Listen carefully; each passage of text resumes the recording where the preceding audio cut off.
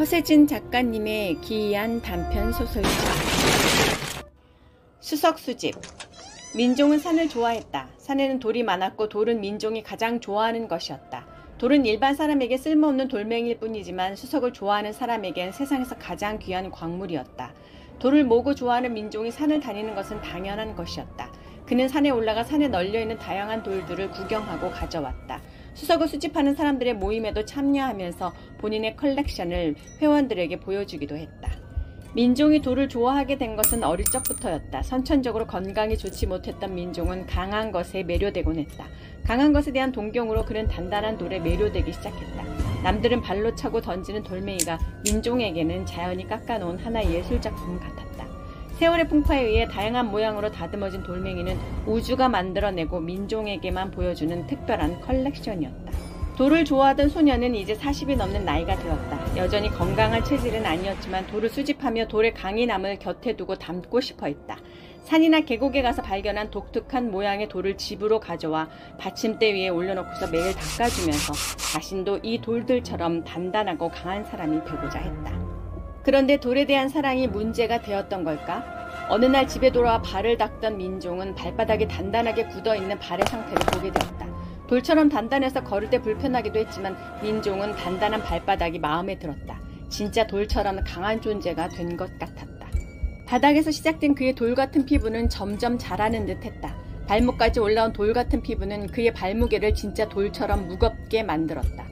돌처럼 단단한 발과 발목은 감각이 없어져 어떤 충격에도 끄덕기 없게 되었다. 두 발에 무거운 돌덩이를 차고 있는 것 같은 무게였지만 민종은 계속해서 돌을 구하러 산을 다녔다.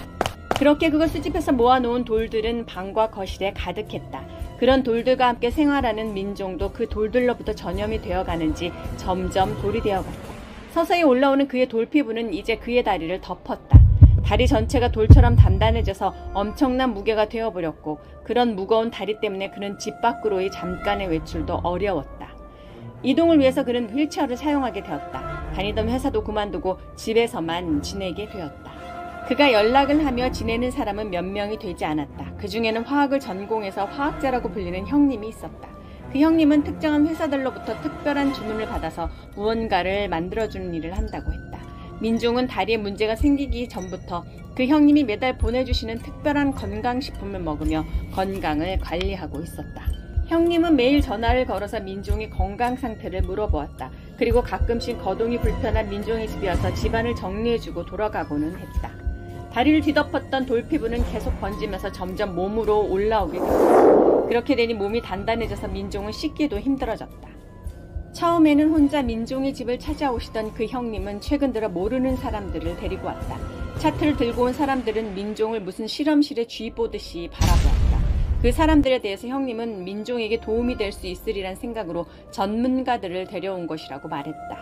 처음에 단단해지는 몸이 마음에 들었지만 점점 무거워지고 단단해져 생활에 불편이 생기면서 민종도 이 문제를 해결하고 싶어 했다. 그때 도와주러 오시는 화학자 형님이 민종은 너무나 고마웠다.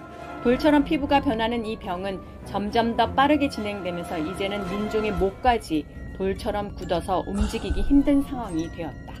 그렇게 점점 돌이 되어가던 민종은 결국 온몸이 돌이 되어 휠체어에 앉은 조각상처럼 되어버렸다. 돌이 되어 죽어버린 민종을 보러 화학자 형님이 집에 왔다. 그리고 함께 온 다른 사람들에게 민종의 돌 시체를 보여주며 말했다. 우리의 실험은 성공입니다. 생체 화석화 실험이 성공했으니 이제 미래의 인류를 위해 화석으로 보존할 인간 샘플을 만들 수 있게 되었습니다.